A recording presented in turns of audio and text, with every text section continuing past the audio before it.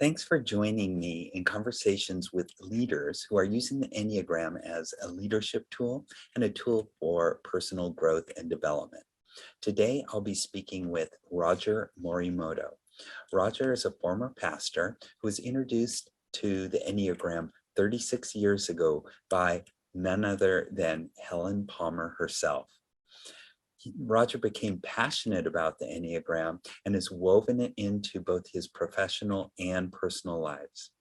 Roger currently serves as the director of the Spiritual Life Foundation, and we collaborate to deliver Enneagram sessions and workshops for members. Roger shares his journey to becoming a self-aware Enneagram Type 8 leader. So now for the conversation. I'm excited to be speaking today with Roger Morimoto.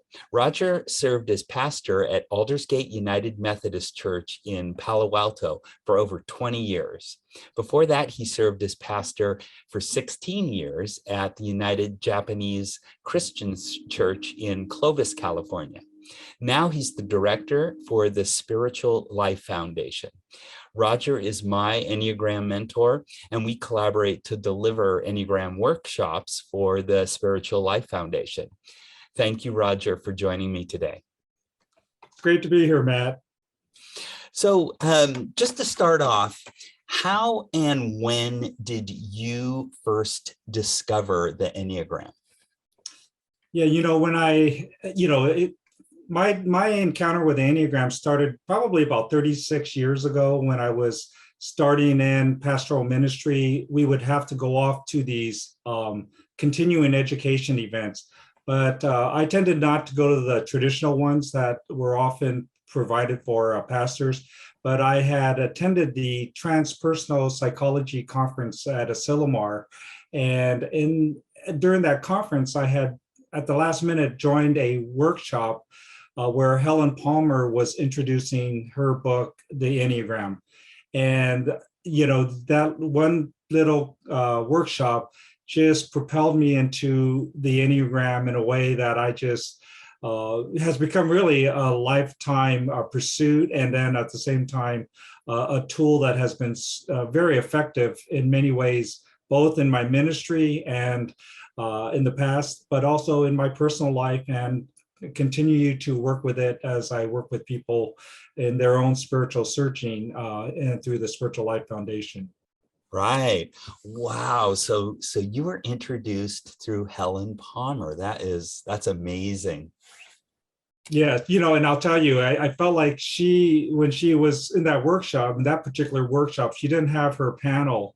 It was just her talking about the Enneagram, because I think because of the time limitation that she had, she didn't have a chance. It wasn't one of her all-day workshops or half-day workshops. It was like a 1-hour workshop, but I gleaned enough out of there that it just got me going. It sparked you for the rest of your life. That's right. That's right. That is amazing.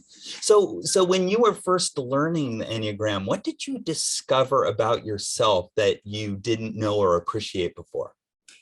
I think the thing that spoke to me first was really, helping me understand my sense of being as an 8. And when I say that, I think it helped me understand where, as I looked at my life, where my burst of anger would come from, or my, on one hand, it helped me understand, on one hand, I seem to be fairly happy-go-lucky, and other times that I would just have this like surge of energy, which was often accompanied with anger. And so it gave me some way to work with that, or to frame that and put it into a different context than perhaps I had before. And then as I worked with that, it helped me also begin to frame that larger context. It was like, okay, this is how I am personally, but it's like also it made me understand, or at least create a new context of my family, and then also my friends. So you were saying how it helped you in both your ministerial world, but also in your personal and family life as well. And one of the things that struck me was that appreciation for that burst of energy that you felt, often accompanied with anger. And it sounds like the Enneagram was helping you understand that relationship between your reaction and that feeling of anger. Exactly. It helped frame it differently. I'm not quite. I don't think I could remember how I framed it in my life before. I probably didn't even frame it. It was just what happened. It would be reactionary. But the Enneagram gave me an opportunity to understand that what I thought was just strictly reactionary, I could now work with it in a sort of a different context or different understanding, and which really meant that I could work with it really for the first time. I could begin to process it as opposed to just being sort of I don't know, a slave to it, or Right. yeah. Yeah, and this is one of the most powerful things about the Enneagram is it really helps us understand our innate reactions to things. And those reactions are perfectly natural, they're perfectly fine, but it gives us a vocabulary to talk about it, understand it, and process it in like a new way, almost a more objective way that allows us to better even manage it. Exactly. So that's great. So now, how did you and have you been using the Enneagram as a leadership and team tool? Yeah, so I think in that context, that would really be applying to the past 36 years of my ministry. And I think one of the things that it did was it helped me understand that as I was working in groups, in this case, it would often be church administrative boards or committees that were working on projects. It At the very basic level, it just helped me understand where people were coming from. And in that process, yeah, I could begin to understand that, okay, this person may be, overstepping some boundaries, but I understood why, as opposed to sort of naturally applying that, they were a troublesome individual. It would be like, okay, I understand, I kind of understand where they're coming from. So sometimes I would be able to then utilizing the understanding of the Enneagram, kind of guide that person in a different way to process or to be a part of the group.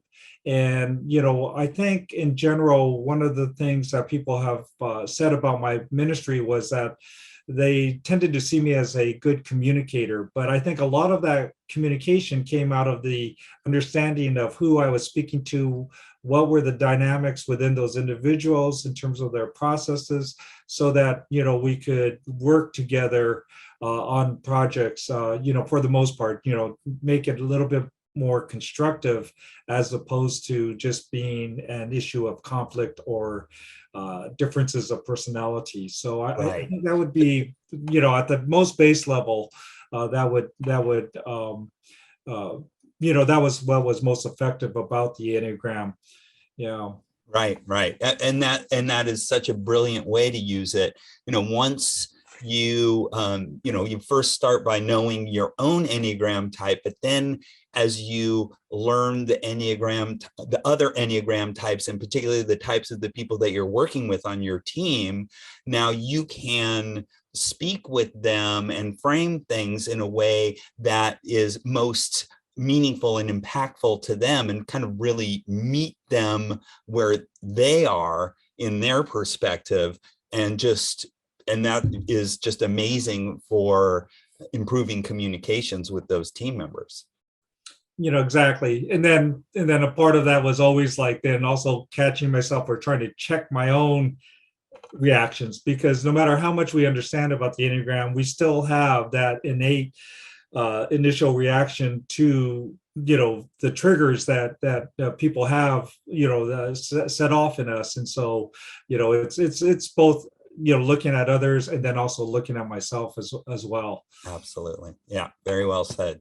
So, Roger, what advice would you give to other leaders of your Enneagram style, Enneagram Type 8?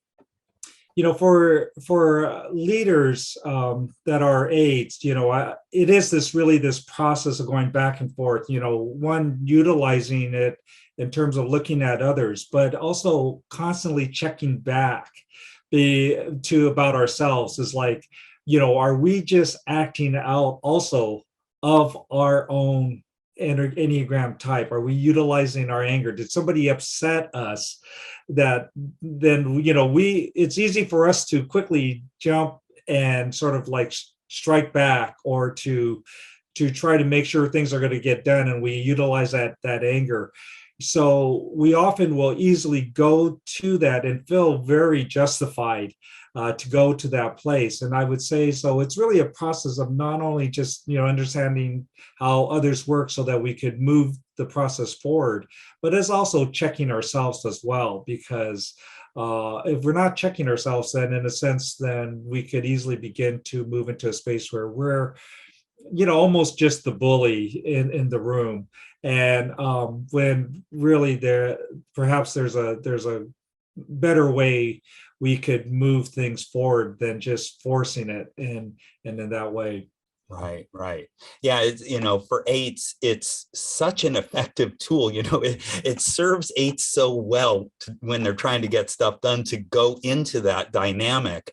But if you're going to become even a more effective leader and be able to work in, more various situations, sometimes you don't want to use the hammer. Sometimes you want to pick up another tool, but you have to start with that realization. Yes. So that's perfect, Roger. Thank you so much.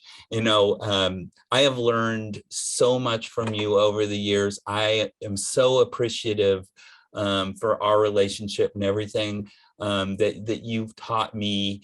And I know you have so much to share about this. So I hope that you'll be able to come back and share more in the future. Sure. Thank you, Matt. And, the same goes with you as well. I mean, you have brought forward so many different ideas and contexts and the like your teamwork 9.0, in terms of how to utilize the Enneagram. And it's really it's just been a great journey and a lot of fun working with you. We demonstrate the power of the Enneagram 8-6 partnership. That's right.